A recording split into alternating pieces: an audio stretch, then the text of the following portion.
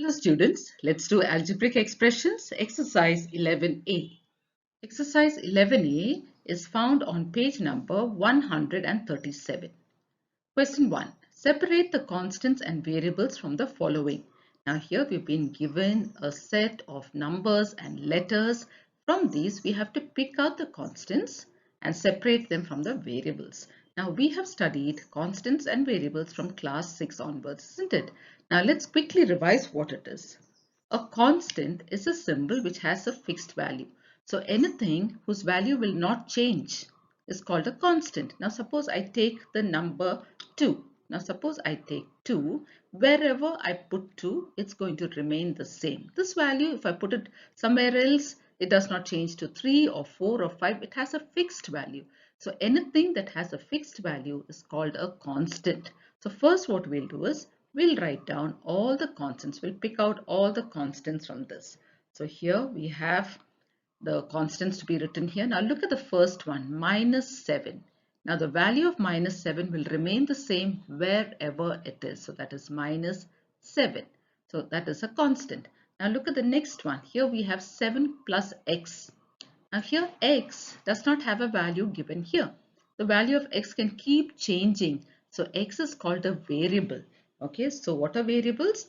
A symbol which does not have a fixed value. So here I can say x is 1, or I can say it's 2, or I can say it's 3. So the value of x keeps changing.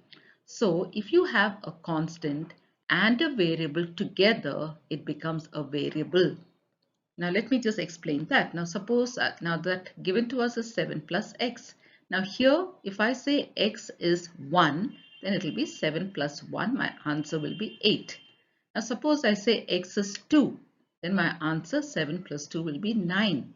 Now suppose I say x is 10, then 7 plus 10 will be 17. So can you see that the answer is changing? It's a variable. So if I have letters by themselves, it is called a variable.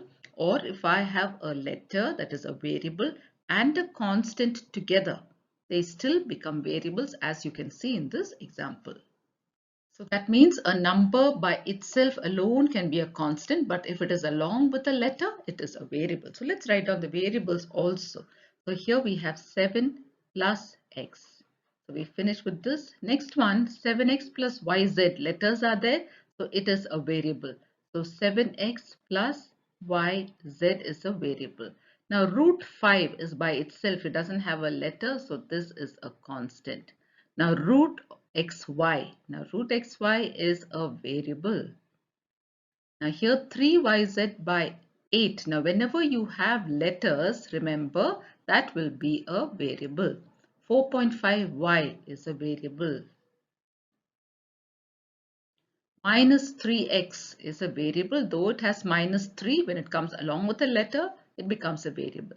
8 minus 5, there is no letter there. So that is a constant. 8 minus 5 will be 3. So it is a constant. Next one we have 8 minus 5x. That is a variable.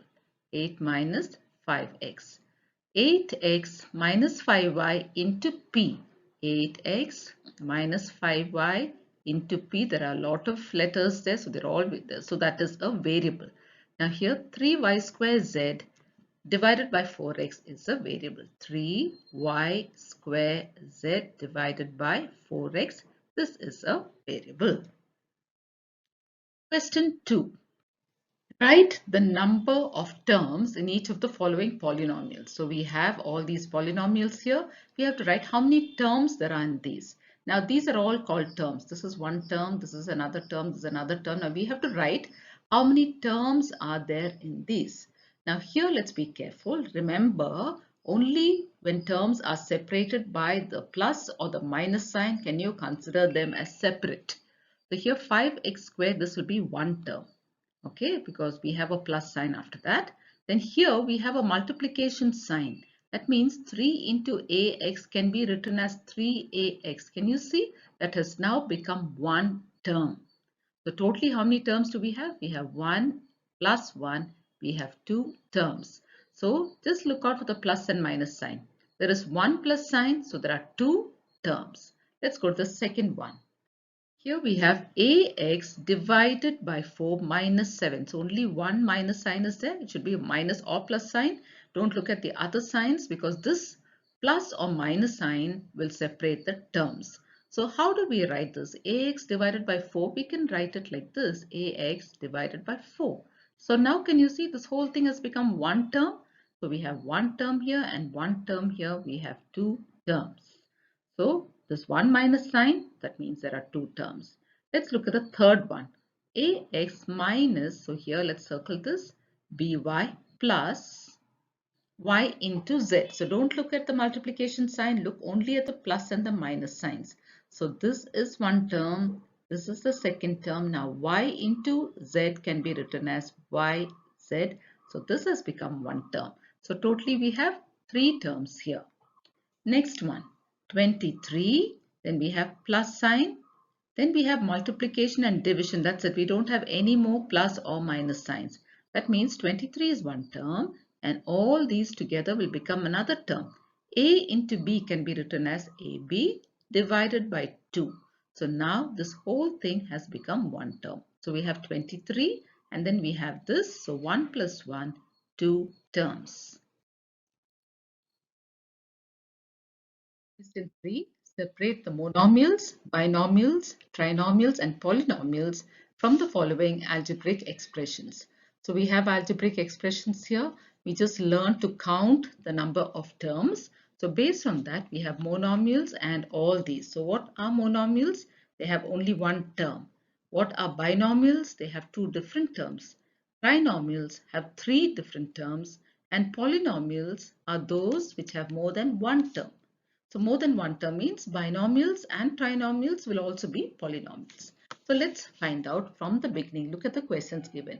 First one is 8 minus 3x. So here we have 8 minus 3x. We have 1 minus sign. That means there are two terms. So here 1 and 1. So two terms means it's a binomial. So 8 minus 3x. It's a binomial as well as a polynomial. So let's write here also 8 minus 3x. Now let's look at the next question here. The next question is xy square. As you can see, that is just one term. So that is a monomial. So xy square is a monomial. The third question is here. The third question is 3y square minus 5y plus 8. So we have a minus sign and a plus sign. So there are two signs. That means there are three terms. 1, 2, 3. So that is a trinomial. So that is 3y square minus 5y plus 8. It's a trinomial as well as a polynomial. You can also call it a polynomial. So this is 3y square minus 5y plus 8. We'll write it here also. Look at the next one. The fourth question here. The fourth expression given to us. We have one minus sign, one plus sign and one more minus sign. So there are three signs. That means there are four terms. 1, 2, 3, 4. Four terms means it is a polynomial. So 9x minus 3x squared plus 15x cube minus 7. Let's look at the next one. 3x into 5y. 3x into 5y here can be written as 1. This can be written as one term. It is not separated by a plus or a minus sign. So how do I write this as one term? 3x into 5y, I multiply 3 5s are 15 and x into y is xy. Can you see we got one term? So this is a monomial. So 3x into 5y is a monomial. Then the next one is 3x divided by 5y. 3x divided by 5y is not separated by a plus or a minus sign. That means it's just a single term. How do I write this as a single term? I write it as 3x divided by 5y. Okay, so now it's become one term. That means this is a monomial. So 3x divided by 5y is a monomial. The next one is this expression given here. So what and all do we have there? The different operations. We have a division sign, a plus sign and a minus. We only look at the plus and the minus signs. So there are two signs. That means there are three terms. There are only three terms. 2y divided by 7 can be written like this. 2y divided by 7. Then this is plus 3x minus 7. So as you can see, there are only three terms. So let's write that. 2y divided by 7 plus 3x minus 7 is a trinomial as well as a polynomial. So let's write that. 2y divided by 7 plus 3x minus 7. And the last one here. So here, as you can see, there are 4 minus ax square plus bx plus y. They're all separated by plus or minus signs. Let's count and see how many. We have one minus sign, one plus sign, and one more plus sign. That means there are three signs of four terms. So 4 terms means it is a polynomial. The 4 minus ax square plus bx plus y. So now we have separated all these expressions into monomials, binomials, trinomials and polynomials. Question 4. Write the degree of each polynomial given below. Now what is the degree? The highest power of a variable is called the degree of the polynomial. So in all these polynomials, for each question you have to look out for the highest power of the variable. That means here we have two variables, isn't it? X and y. We have one of x and one of y. So 1 plus 1 is 2. The power of this term is 2. Here we have only one z. So here we have 2 and 1, which is the highest power. 2 is the highest power. So our answer is 2. It's a simple one. Okay, it's easy to find the degree. So look only for the variables, not the numbers. So here we have 2 and here we have 3, which is the highest? 3. Here we have only 1, here 2 and here 8. So the highest power is 8. Now here we have x, y, z. You can add up the powers. So 1 plus 1 plus 1. So that will be 3 and we don't have anything else here. So the degree here is 3. Now here we have 1 plus 1, that is 2. Then 1 plus 2, that is 3. Then 1 plus 3, that is 4. You can add up these variables here. So now we have 2, 3 and 4 and the highest is 4. Here we have 5 plus 7, that is 12. Here we have 3 and 4 plus 4, that is 8. So we have 12, 3 and 8 and the highest is 12. So this is how we write the degree of polynomials. Question 5. Write the coefficient of. So here, write the coefficient of AB in ABX. What is the coefficient? Now, if I give you an example, now suppose I say 2 into x into y. What will this give me? 2xy. So here, 2 and x and y are known as the factors and 2xy together is known as the product. Okay, so these are the factors which give us this product. Now in this 2xy, this is a term which is also known as an algebraic quantity. From this, if I have to find the coefficient, now I only take control of a monomial. So if I have to find the coefficient of 2 in 2xy, I leave out 2 and I write the rest, it becomes xy. If I have to find the coefficient of 2xy, I'll leave out x and write the rest, which is 2y.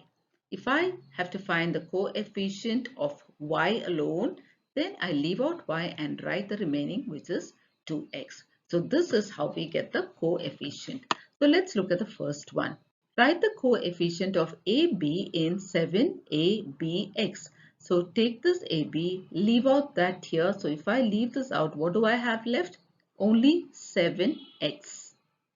It's very simple, isn't it? Now look at the next one, 7a.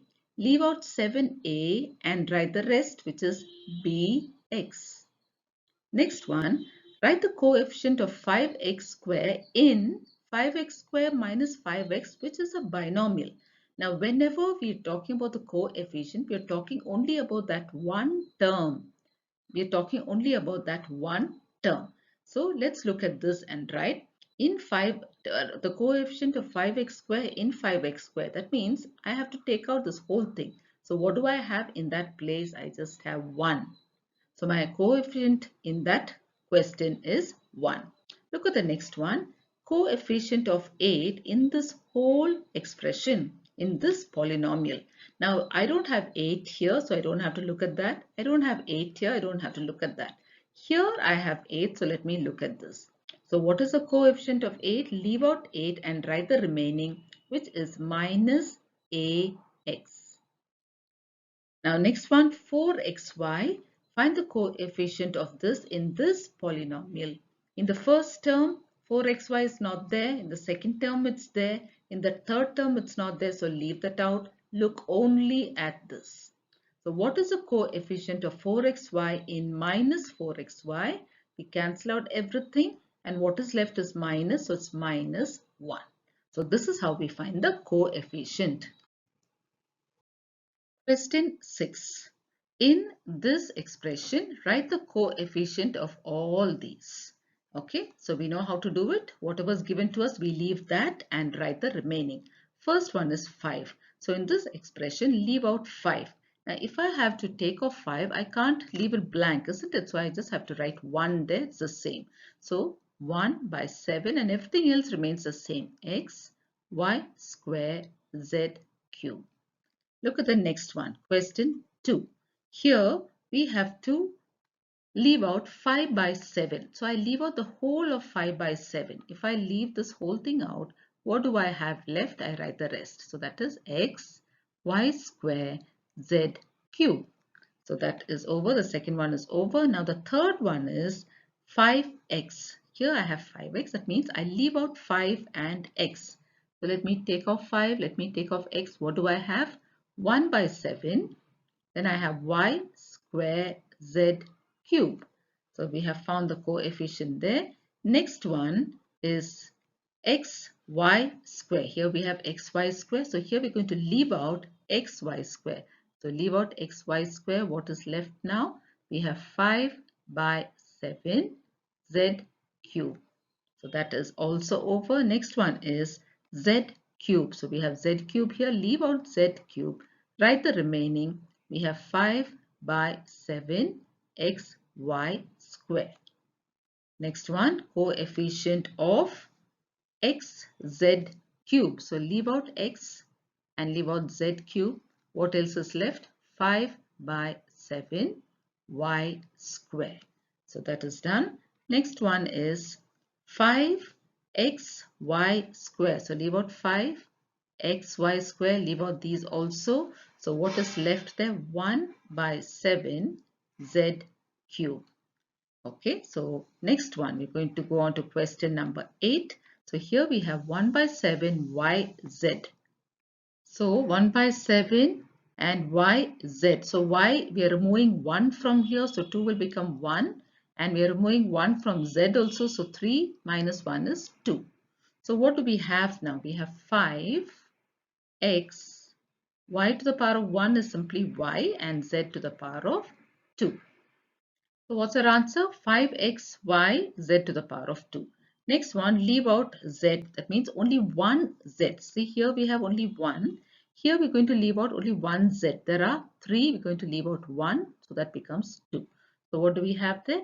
5 by 7 x, y square, z square. So that is over. The next one is yz square. So y is only 1. So now we're going to remove 2 and make it 1. Z square means take out 2z and make it just 3 minus 2 is 1. So what is our final answer? 5 by 7 x y z. Okay. And the last one here we have is 5 xyz. 5 xyz. So leave out 5, leave out x, y take out 1, so there's 1 left, z take out 1, so there is 2 left. So what is our answer? 1 by 7. We don't have x, y we have only 1, so we leave it as y, and z we have 2. So this is how we write the coefficient. You should be careful to remove what you have to in the right order so that you will get your answer correct. Question 7. In each polynomial given below, separate the like terms. Now, what are like terms? Now, suppose I have 2x, 3x and minus 9x. Can you see the letter x is the same everywhere? So, if the variable is the same, they are called like terms. Now, suppose I have 2x, 3y and minus 9a. Can you see the variables are all different? So, these become unlike terms. So terms with the same variables are called like terms. So let's look out for the like terms here. So let's start the first one, 3xy. That means it's 1x and 1y. Look only at the letters, the variables. Don't look at the number. So 1x, 1y. Let's look for that. Here we have 1y but 2x. 1x, 2y. 2x, 1y. Here there is 1x and 1y just like the first one. So these are like terms. So let's write down the first set of like terms, 3xy and minus 8yx. So we finished with these two. So let's strike it off so that it's easier. So that is done. Now let's look at the next. So here we have yx squared, 1y and 2x. So let's see what else comes with that 1y and 2x. So here, no, we are looking for 1y and 2x. So 2.5 x square y will come here, 1y and 2x. So here, no, here we have 1y and 2x. So these three will come together, 1, 2 and 3. So let's write that down. So that is minus 4yx square, 2.5 x square y and the last one x square y. So we are done with this. So what is left is only these two, that is 2xy square and minus 3.2 y square x. Are they like terms? Here there's 1x and 2y. Here also there's 1x and 2y's. So those are the next set of like terms. So what do we have? 2xy square and minus 3.2 y square x. So we have separated the like terms. Question 2. So here also let's look out for the like terms. So here the first one is y square z cube. So 2y's and 3z. So here y square z cube is there, but we also have an x, so it will not come with that. So look only for y square z cube. So here we have y square z cube, that is this, these two. Then do we have any more y square z cube? Y square z cube. Yes, here we have. So we have the third one. So let's write that down. So we have y square z cube, that is the first one. Then we have this, that is minus 4y square z cube. Then we have the last one, which is 2z square z cube y square. Okay, so 2z cube y square. Now let's look at the next one. Here we have x y square z cubed. Okay, so let's look at that. X y square z cube. So this we have 1x, 2y's, 3z. So let's look carefully and see 1x. Where do we have 1x? Here we have 1x, 2y's and 3z's. Yes. So that's how you need to look carefully. So these two will be the next set of like terms. So let's write that down. X y square z cube minus 8x z cube y square. The order is different. That's all right. It's still the same. Now we have finished these and the last one is this. So we have this and this. Let's see if they are like terms. So here we have 2x and 1y and 1z. Here also we have 2x and 1y and 1z.